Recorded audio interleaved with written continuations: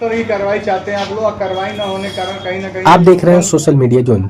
CGI पर जूते फेंकने की घटना पर छात्र नेताओं का आक्रोश। सुबह जारी बयान में कड़ी निंदा किया गया। सुप्रीम कोर्ट के chief justice of India BR Gavai पर वकील राकेश किशोर द्वारा जूता फेंकने की सनसनीखेज घटना पूरे देश में हड़कंप मचा दिया है। इस घटना की देश भर में निंदा की जा रही है। उसी ओर गोरखपुर के छात्र संगठनों ने भी सुबह अपनी प्रतिक्रिया दर्ज कराई। में भय का वातावरण पैदा किया जा रहा है भाजपा सरकार के द्वारा।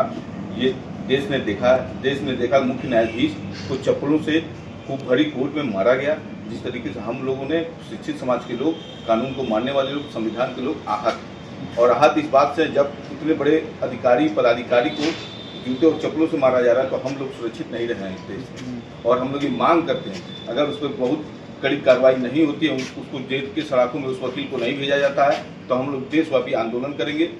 दूसरा, बरेली में जो घटनाएं, बरेली में घटना हमारे मुखिया राहुल गांधी जी के आह्वान पे हम लोग सड़कों पर निकलने का काम करेंगे। वहाँ पर एक दलित समाज के परिवार के एक सदस्य को मार दिया गया और मारने के साथ साथ निर्मम हत्या करने में उसका वीडियो पूरे देश में वायरल हो रहा है। इससे भी ये संदेश जा रहा है पूरे देश में कि दलित समाज को डरा करके, समा करके यहाँ पर रखा जाएगा। इस ऐसी कानून व्यवस्था का हम लोग भर्त्सना करते हैं, निंदा करते हैं। अमर जी, ये बताइए कि जो आपने बता रहे कानून कार्रवाई नहीं हुई है, तो क्या लग रहा है कार्रवाई न होने के कारण राजनीति छिपी है इसमें? ये पूरा देश जान रहा है कि बीजेपी के खिलाफ कौन जाएगा। पुलिस जाएगी कि वकील जाएंगे कि जज जाएंगे कि यहाँ का वातावरण जाएगा कि यहाँ के व्यापारी जाएंगे। ये डरा करके, सहमा करके इस देश पर राज कर रहे हैं। ये तानाशाही, और तानाशाही के साथ साथ इसके खिलाफ खिलाफत करने के लिए नवयुवक, पढ़ा लिखा समाज, बेरोजगार समाज के लड़के और संविधान को मानने वाले, अपनी अपनी आस्थाओं पर विश्वास रखने वाले, जिस तरीके से उनका एक संदेश जा रहा है कि ये सनातन के खिलाफ, उस जज ने बोला, तो हम लोग कहते हैं कि सनातन के खिलाफ कोई नहीं है। किसी धर्म का कोई भी विरोध इस देश में नहीं होता। कुछ लोग होते हैं, उन लोगों को इस देश की कानून सजा देती है। तो ये कार्रवाई चाहते हैं आप लोग, और कार्रवाई न होने के कारण कहीं ना कहीं लोकतंत्र पे आप लोग को हमला बता रहे हैं। क्या लग रहा है कि आगे कार्रवाई होगी इस मामले पे, कि ऐसे ही दबा दिया जाएगा? चीफ जस्टिस ऑफ इंडिया के पे हमला भारत के संविधान पर हमला है। जिस तरह से देश के लोग भारत की आत्मा को संविधान मानते हैं, संविधान पे विश्वास करते हैं, संविधान को लेकर के चलते हैं, ऐसे में अगर चीफ जस्टिस ऑफ इंडिया पे ही अगर हमला होता है तो बिल्कुल ही निंदनीय काम है।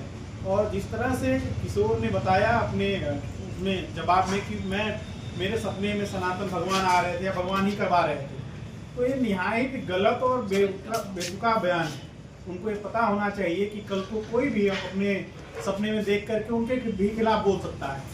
तो उन्हें ये मानना पड़ेगा कि दलित जो है इस देश का अभिमान है, स्वाभिमान है, और जब जस्टिस ऑफ इंडिया बन जाता है तो बिल्कुल ही स्वाभिमान है। ऐसे में उनके हमला कतई बर्दाश्त नहीं किया जाएगा, चाहे सनातन की बात हो, चाहे किसी भी धर्म की बात हो।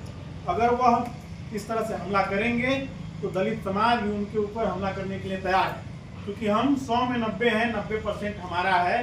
हम शोषित और वंचित अब नहीं रह गए।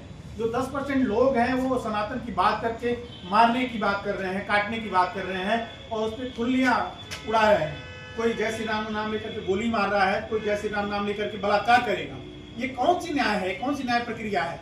भारत के प्रधानमंत्री को, भारत के गृह मंत्री को स्वतः संज्ञान लेकर के और उस वकील के खिलाफ बुलडोजर चलाना चाहिए, उसका सदस्यता रद्द करनी चाहिए और कड़ी से कड़ी कार्रवाई करनी चाहिए। अगर ऐसा नहीं करता है तो भारत का दलित अपने हक अधिकार के लिए जागेगा, सड़कों पर आएगा।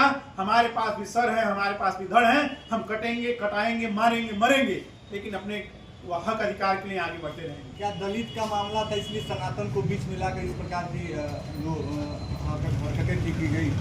नहीं, ये दलित का मामला ही था। इसलिए अगर वो किसी सवर्ण बिरादरी का जज होता तो क्या उसके ऊपर जूते फेंके जाते हैं? क्या वो किसी अगर अन्य बिरादरी का, अगर वो मुसलमान होता और ऐसे कहता कि हमारे सपने में अल्लाह आकर के हमने कहा, तो उसके घर पे बुलडोजर नहीं चलता?